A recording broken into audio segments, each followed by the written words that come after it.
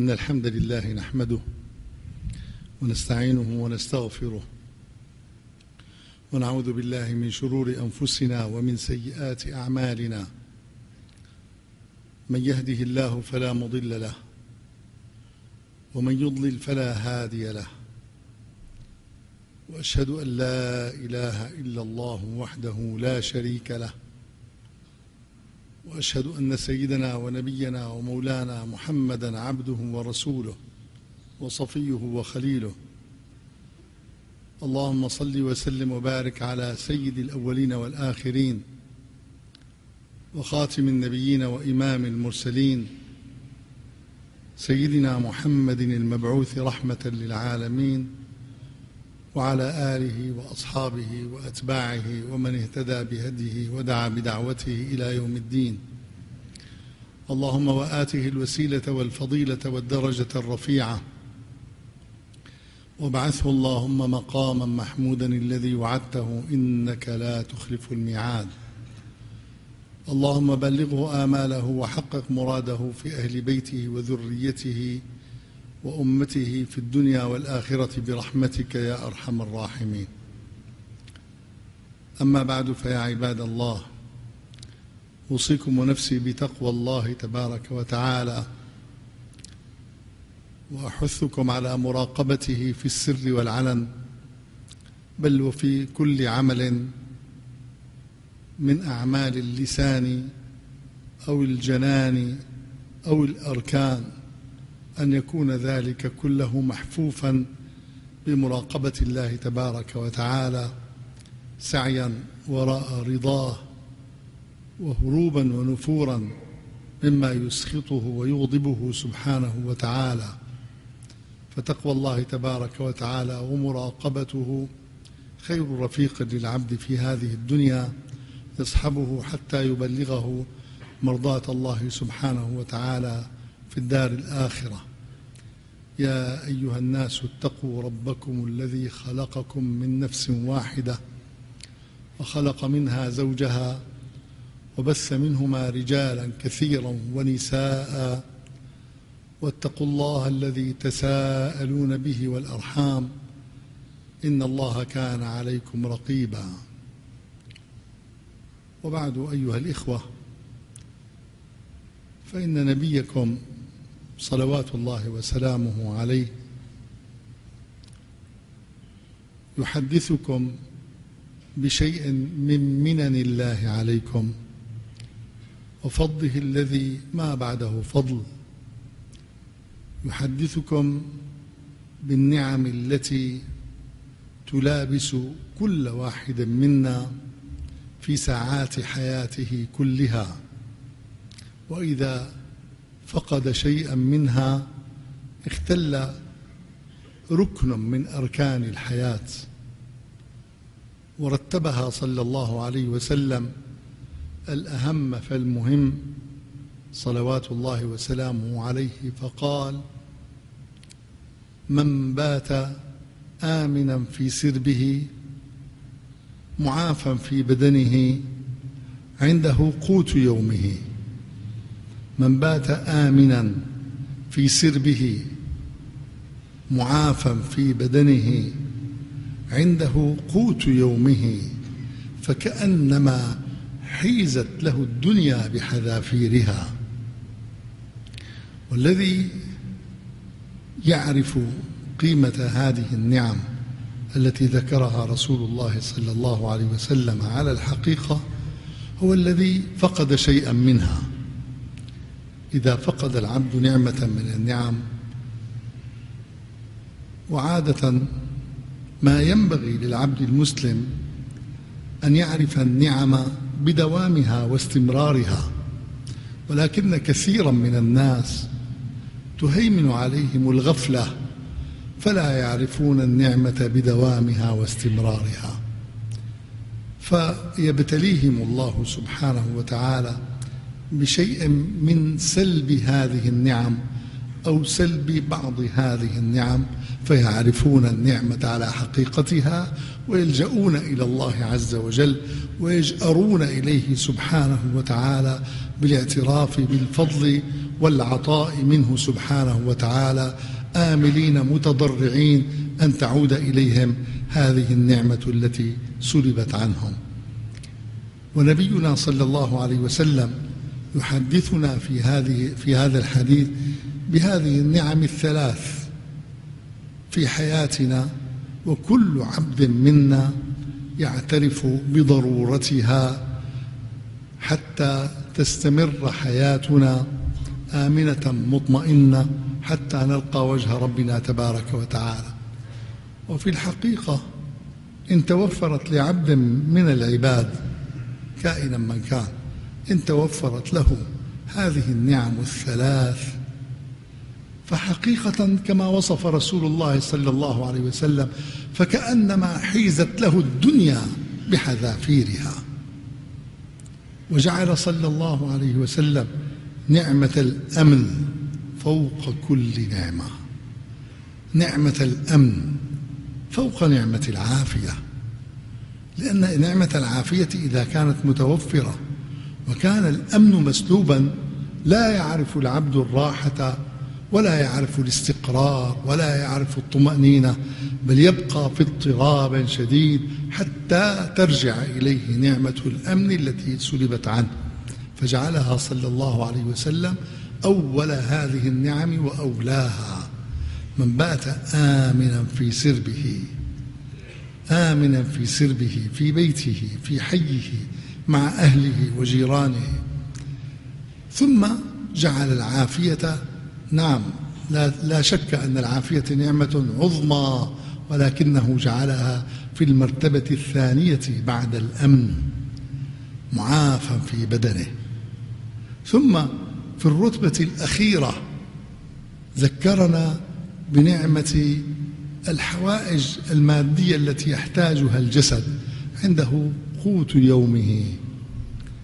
ويظن كثير من الناس أنه ينبغي أن يكون لديه الكثير من المال ومن الطعام ومن الشراب حتى يشكر الله تبارك وتعالى عليها، حتى يرتع في هذه النعم ويتذوقها ويتعرف عليها ويشكر الله تبارك وتعالى عليها.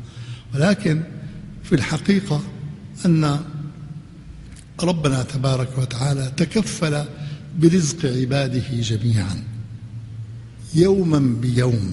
كم وكم من الناس يأتيهم رزقهم يوما بيوم، بل ومن مخلوقات الله كلها تعيش على رزق الله وفضل الله تبارك وتعالى يوما بيوم، فتبيت في مسائها آمنة مطمئنة شاكرة لله عز وجل ما أنعم عليها من النعم في نهارها الذي قضته. فإذا أصبحت في الصباح قامت تسعى وراء رزقها خماصا، كما وصف ذلك رسول الله صلى الله عليه وسلم: لو توكلتم على الله حق توكله لرزقكم كما يرزق الطير تغدو خماصا، جائعة فارغة البطون، تغدو خماصا وترجع بطانا مملوءة البطون، تسعى وراء رزقها، ولكن الله عز وجل هو الذي يقدر لها هذا الرزق وينعم عليها بالنعم، فترجع إلى أعشاشها ومواطنها بطانا حامدة شاكرة لله سبحانه وتعالى. إذن نعمة الحاجات المادية للإنسان تأتي في الرتبة الأخيرة، لأن الله تبارك وتعالى قد تكفل بها لعباده جميعا يوما بيوم، يوما بيوم يعطيهم، ويعطي مؤمنهم وكافرهم وشقيهم وتقيهم وفاجرهم وصالحهم، لا يترك أحدا سبحانه وتعالى من فضله وكرمه وجوده وإحسانه سبحانه وتعالى. جعل رسول الله صلى الله عليه وسلم نعمة الأمن في الدرجة الأولى. وينبغي أن يلفت نظرنا هذا الأمن، هذه النعمة، نعمة الأمن، أن تلفت نظرنا ونكثر من حمد الله تبارك وتعالى وشكره على هذه النعمة العظيمة، نعمة الأمن. ونحن اليوم نعيش في اختلال من هذه النعمة، نعمة الأمن التي ابتلينا بفقدها في بعض الأحيان وفي بعض الأماكن من بلادنا، بل وفي كثير من الأماكن في بلادنا.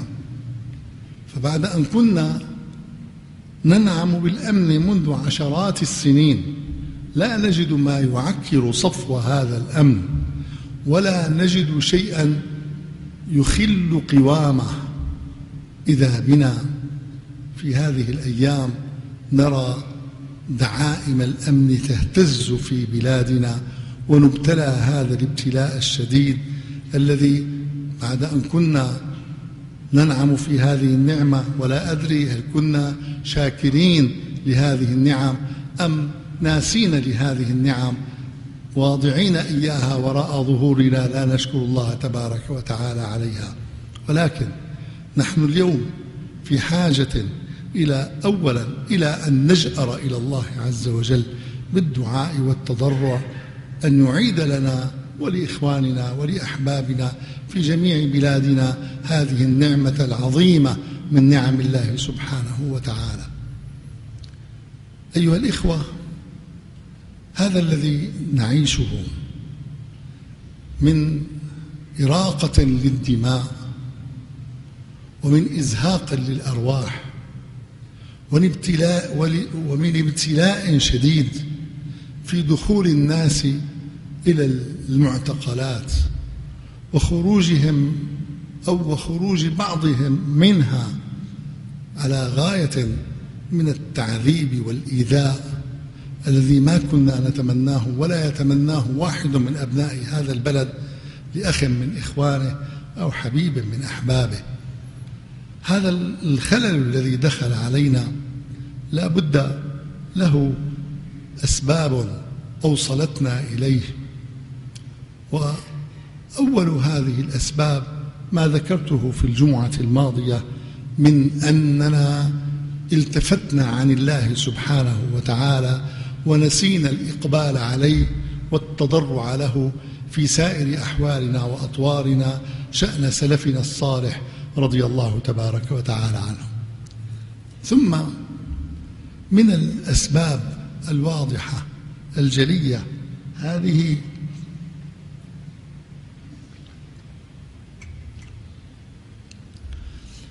المعالجات القاسية الضاغطة من قوى الأمن أو الجيش على كل جهة تخرج في مظاهرة سلمية أو غير سلمية، فنرى القسوة والشدة أو نرى المعاملة بالرصاص الحي المباشر الذي يسقط القتلى ويزهق الأرواح ويسفك الدماء سخية على أرض هذا الوطن، ونخسر الكثير في كل يوم من الأيام من شهداء أبناء بلدنا ومن أبناء ملتنا، نخسرهم ونخسر معهم نعمة الأمن شيئا فشيئا.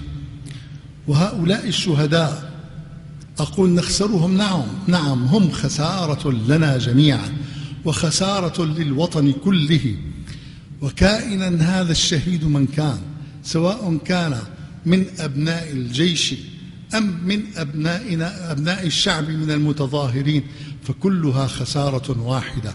وكل هؤلاء الشهداء الذين نودعهم إلى الدار الآخرة كل هؤلاء هم أبناؤنا، هم فلذات أكبادنا، هم الذين رباهم هذا البلد على عينيه، وما صدق أهلهم حتى وصلوا إلى هذه المرتبة من العمر ومن العطاء ومن التخصصات، ومن أبناء الجيش من وصلوا إلى هذه المراتب ما وصلوا إليها إلا بعد أن بذل لهم هذا البلد ما بذل، وبذل لهم أهلهم ما بذلوا، وبعد ذلك نراهم يتساقطون في الشوارع والطرقات هنا وهناك.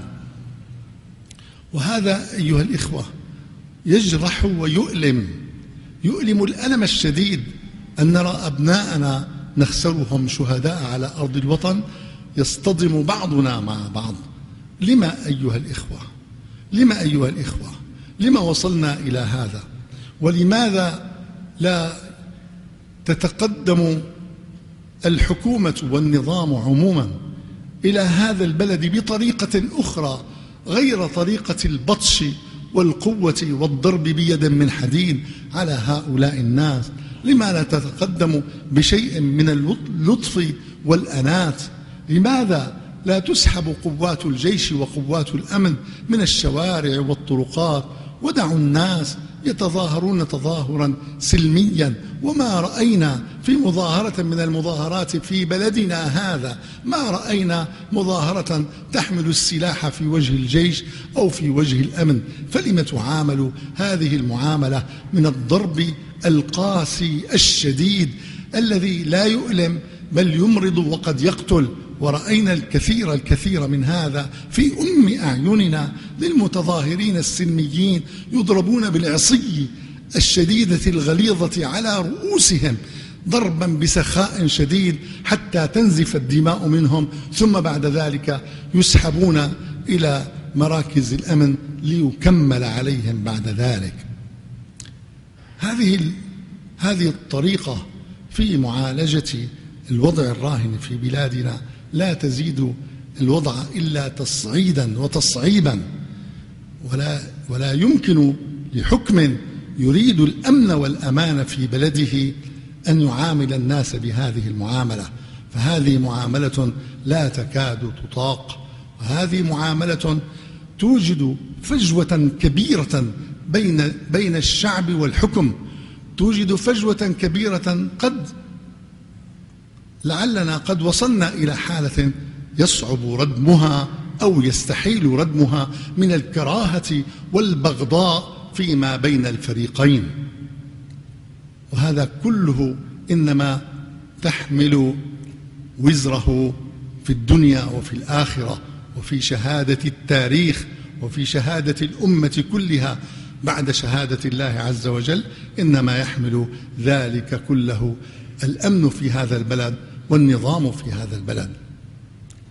ثم نحن نسمع هذه الروايات المؤلمة لهذه المعاملة القاسية جدا والصلبة جدا في مقابلة هؤلاء الناس المتظاهرين من قبل الأمن أو الجيش.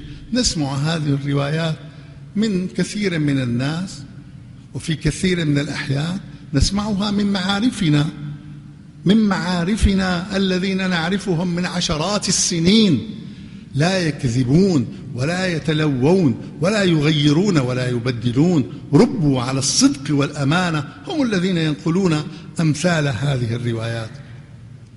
ولكن مع أن هنالك روايات لوسائل الإعلام في بلدنا أن هنالك عصابات مسلحة قد دخلت فيما بين صفوف الناس وأصبحت تقتل من رجال الأمن أو من رجال الشرطة أو الجيش أو غير ذلك، مع هذا من الذي يحمل المسؤولية؟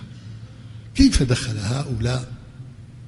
كلنا يعلم أننا نعيش في ظل هذا النظام منذ 48 عاما، منذ 48 عاما إلى ما قبيل هذه الأسابيع القليلة كنا نعيش في أمان، والرجل والمرأة والصبي الصغير يمشي في جنح الظلام في الليل في هذا البلد، لا يخشى أحدا ولا يخاف على نفسه ولا يخاف على ماله ولا يخاف على شيء. فكيف بين عشية وضحاها عجز الأمن ذو القبضة الشديدة الذي حفظ علينا أمننا في 48 عاما، كيف عجز الأمن بهذه السرعة التي ما يمكن أن يتصورها عاقل، وانقلبت الأمور رأسا على عقب، ولم يستطع الأمن أن يحفظ البلاد والعباد من شر هذه البلية التي نزلت بنا، ولا حول ولا قوة إلا بالله. من الذي يحمل وزر هذا كله؟ ومن هو المسؤول عن هذا كله؟ ثم إذا كانت هذه الروايات التي نسمعها في وسائل الإعلام، وسائل إعلام بلادنا، إذا كانت هذه الروايات صحيحة صادقة، فإنها كما نرى بأم أعيننا تخرج لنا رجالا وشبابا يعترفون بأنهم عصابات مسلحة، ونرى بأم أعيننا هذا السلاح الذي يستعملونه والذي ضبط معهم من مجموعة من البنادق ومجموعة من المسدسات أو القنابل. فهل هؤلاء الشباب الذين هم قد غرر بهم، وهل هذه المجموعات من الأسلحة البسيطة من البنادق والمسدسات والقنابل تقاوم بالدبابات وبالمدافع، تساق أعداد كبيرة منها إلى قرى صغيرة، تساق هذه الدبابات بالعشرات والمدافع والقوى من الأسلحة الثقيلة لمقاومة هذه الأسلحة الصغيرة. هذا مما يثير الهزء في نفس الإنسان، هذه لمقاومة تلك. وكيف يتم هذا؟ كيف يتم هذا؟ هل إذا وجد لا سمح الله مسدس أو بندقية في بيت تقاوم بدبابة تقصف هذا البيت؟ أم لماذا تساق هذه الدبابات والمدافع بهذه الكميات المرعبة إلى هذه القرى وإلى هذه المدن الصغيرة؟ وماذا تفعل هذه الدبابات والمدافع؟ لست أدري ماذا تفعل هذه الدبابات والمدافع إذا كانت هذه العصابات المسلحة لا تحمل إلا الأسلحة التي أرينا إياها في وسائل الإعلام. إنني أتوجه إلى النظام عموما وإلى قوى الأمن خصوصا، إذا أردتم أن ترجعوا الأمن والأمان إلى هذه الأمة وإلى هذا البلد، فإنما المسؤولية مسؤوليتكم وحدكم.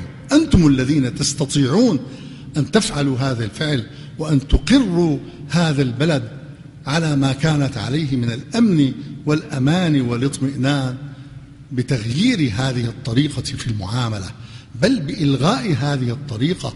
تحببوا إلى شعبكم وأمتكم ولبوا هذه المطالب الذي اعترف كبار المسؤولين في بلدنا بأنها مطالب محقة مشروعة. فإذا كان كبار المسؤولين في بلدنا اعترفوا بأنها مطالب محقة مشروعة، فلماذا التسويف والمماطلة؟ إلى أن تأزمت الأمور وتعقدت القضايا إلى أن وصلنا إلى هذا الحال الذي وصلنا إليه. من الذي أخرج أولا هذه المظاهرات السلمية؟ وكما تعلمون كلنا نرى في أعيننا في بلدنا هذا، لا نرى إلا المظاهرات السلمية. من الذي أخرجها من أول الأمر؟ أول ما بدأت هذه الأمور من الذي أخرج هذه المظاهرات؟ أمريكا أم فرنسا أم بريطانيا؟ بوعزيزي في تونس الذي دفعه إلى حرق نفسه أمام الناس كلهم، أمريكا التي دفعته والغرب والمؤامرات هي التي دفعته إلى أن يفعل هذا، أم الظلم الواقع عليه الذي لم يستطع أن يتحمله فدفعه إلى أن يفعل مثل هذا؟ وكذلك المظاهرات السلمية التي خرجت تطالب بالمطالب التي اعترف المسؤولون عندنا بمشروعيتها وأحقيتها، ما أخرجهم إلى هذه المظاهرات شرق ولا غرب ولا مؤامرات ولا عصابات مسلحة، الذي أخرجهم إنما هو الظلم الواقع عليهم. وإذا كان المسؤولون قد اعترفوا بهذا اعترفوا بأنه لا بد من رفع هذا الظلم وإيقاع بعض هذه الإصلاحات أو كل هذه الإصلاحات المطلوبة. فلماذا تتأخر الأمور حتى تتعقد القضايا ونرى أمامنا مستقبلا قريبا أو بعيدا مظلما حالكا لا نعرف إلى أين تسير هذه البلاد، إلى أين تسير بلادنا، وما هي النتيجة التي سيؤدى بنا إليها؟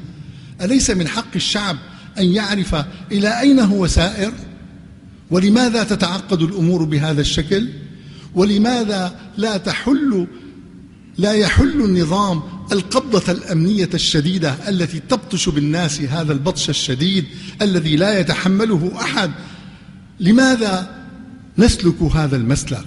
ولماذا لا يكون مسلكنا التقرب والتودد من الناس، وليس التودد من الناس والتقرب إليهم، إنما يكون باللقاءات التي يتكلم فيها الناس ما يريدون، ثم بعد ذلك يسلم بعضنا على بعض وينقضي المجلس والأمور على ما هي عليه، والظلم قائم كما هو منذ 40 سنة أو أكثر، ولم يتغير شيء من الحال، ولم يستجب إلى مطلب من المطالب ولا إصلاح من الإصلاحات، ولم نرى في حياتنا شيئا تغير. فكيف نطلب من الناس أن يهدأوا أو أن يقعدوا عن هذه المظاهرات التي يخرجون فيها؟ كيف نطلب؟ نحن نتمنى أن لا يخرج متظاهر واحد في الطرقات والشوارع، لا في بلدنا هذا ولا في سائر أقطار سوريا من أولها إلى آخرها. نتمنى أن لا يخرج متظاهر واحد، وأن يلجأ الناس إلى بيوتهم ينعمون بنعمة الأمن والاستقرار، ويتناولون ما يتناولونه من الغذاء الروحي والمادي والمعنوي مع أهليهم وأولادهم كما كنا سابقا نعيش مع بعضنا البعض. من الذي لا يتمنى هذا؟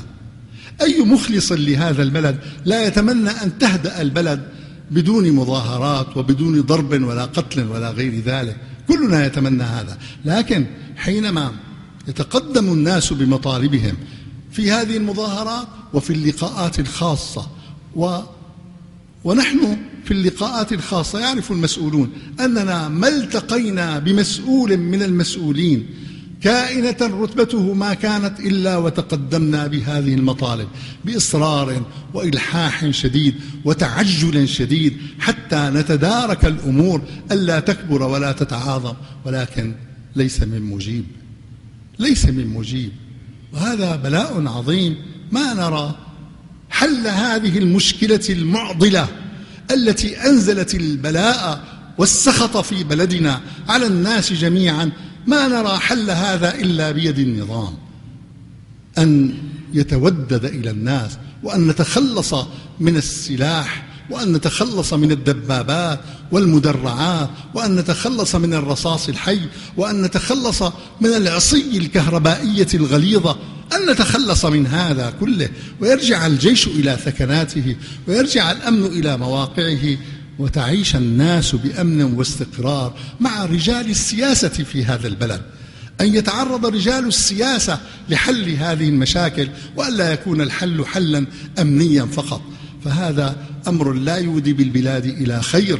ونخشى أن تتفاقم الأمور أكثر من ذلك، لا سمح الله ولا قدر أن يكون هنالك تدخل أجنبي، وهذا الذي يؤذي البلد ويؤذي الشعب ويؤذي الأمة في قرارة قلوبها وفي حياتها المعاشة وفيما بين الناس جميعا. لا يرضى أحد من أبناء هذا الشعب أن يكون هنالك تدخل أجنبي. فلماذا تصعد الأمور حتى نصل لا سمح الله إلى تصريحات نسمع تلميحات منها من رجال الغرب بالتدخل في بلادنا لا سمح الله ولا قدر؟ وماذا يكون لو كان تدخل في بلادنا؟ إن البلاء كل البلاء أن يتدخل الأجانب في بلدنا هذا. لا أحد يرغب في هذا، بل الجميع كل أبناء الشعب ضد التدخل الأجنبي. فينبغي للسلطة أن تعلم هذا وتوقن بهذا، أن الأمة كلها ضد التدخل الأجنبي، وليس لنا من حل إلا بيد النظام. ربنا تبارك وتعالى جعل الحاكم، جعل بيد هذا الحاكم مفاتيح الأمور ومغاليقها، ولذلك يقول رسول الله صلى الله عليه وسلم: إن الله يزع بالسلطان ما لا يزع بالقرآن. إن الله يزع بالسلطان ما لا يزع بالقرآن، يعني جعل الله تبارك وتعالى القرآن الكريم وازعا يبعد الناس عن الشر ويقربهم من الخير، وجعل السلطان هكذا المفروض، يعني أن السلطان يكون أيضا وازعا يقرب الناس من الخير ويبعدهم من الشر. ولكن الدرجة الأولى للسلطان قبل القرآن. لما؟ لأن القرآن يخاطب القلوب، وقلوب الناس ليست سواء. قلوب الناس ليست سواء. هنالك إنسان أول ما يقرأ آية من آيات كتاب الله عز وجل يجد نفسه مسوقا إلى الاستجابة لهذه الآية الكريمة، ويجد نفسه مطيعا طاعة كاملة لا يملك من نفسه غير ذلك. وهنالك أناس يتفاوتون عن هذا الحال. هنالك أناس لو قرأ القرآن كله من دفته إلى دفته لا يؤثر في قلبه شيئا قليلا ولا كثيرا. فالناس متفاوتون في التعامل مع القرآن الكريم. أما السلطان فإن بيده السلطة، ولذلك سمي سلطانا. فالسلطان أولا، السلطان هو الذي يستطيع أن يقر الأمن والأمان في البلد، وهو الذي يستطيع أن يخرب البلد فوق رؤوس أهلها. السلطان بيده هذا كله.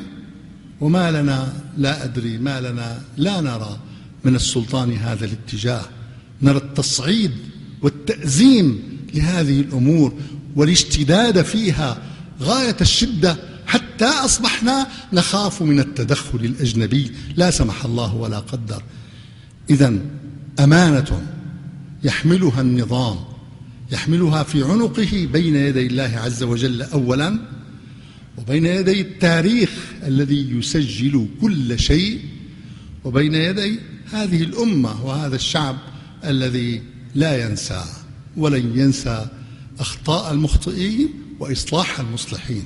فأسأل الله عز وجل أن يجعل من نظامنا صلاحا وإصلاحا لهذا البلد ولهذه الأمة ولهذا الشعب، بالتودد والتحبب إليه، ورفع هذه المظاهر كلها من أولها إلى آخرها، حتى نصل إن شاء الله إلى نتيجة من الأمن والأمان في القريب العاجل إن شاء الله تعالى. وأسأل الله أن لا يحرمنا من ذلك، إنه سميع قريب مجيب. وأقول قولي هذا وأستغفر الله لي ولكم ولسائر المسلمين. أستغفر الله.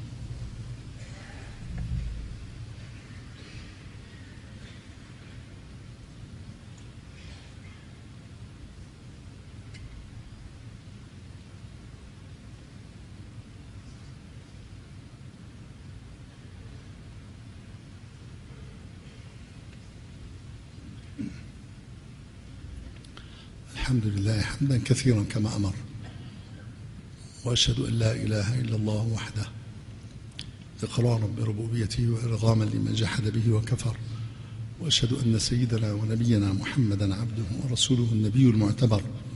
عباد الله اتقوا الله فيما أمر، وانتهوا عما عنه نهى وزجر، وأخرجوا حب الدنيا من قلوبكم فإنه إذا استولى أسر. واعلموا أنكم غدا بين يدي الله موقوفون، وبأعمالكم محاسبون، وعلى رب العزة ستعرضون، وسيعلم الذين ظلموا أي منقلب ينقلبون.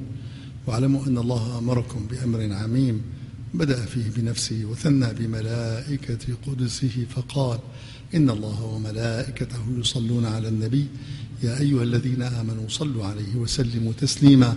اللهم صل على سيدنا محمد وعلى آل سيدنا محمد كما صليت على سيدنا إبراهيم وعلى آل سيدنا إبراهيم، وبارك على سيدنا محمد وعلى آل سيدنا محمد كما باركت على سيدنا إبراهيم وعلى آل سيدنا إبراهيم في العالمين إنك حميد مجيد.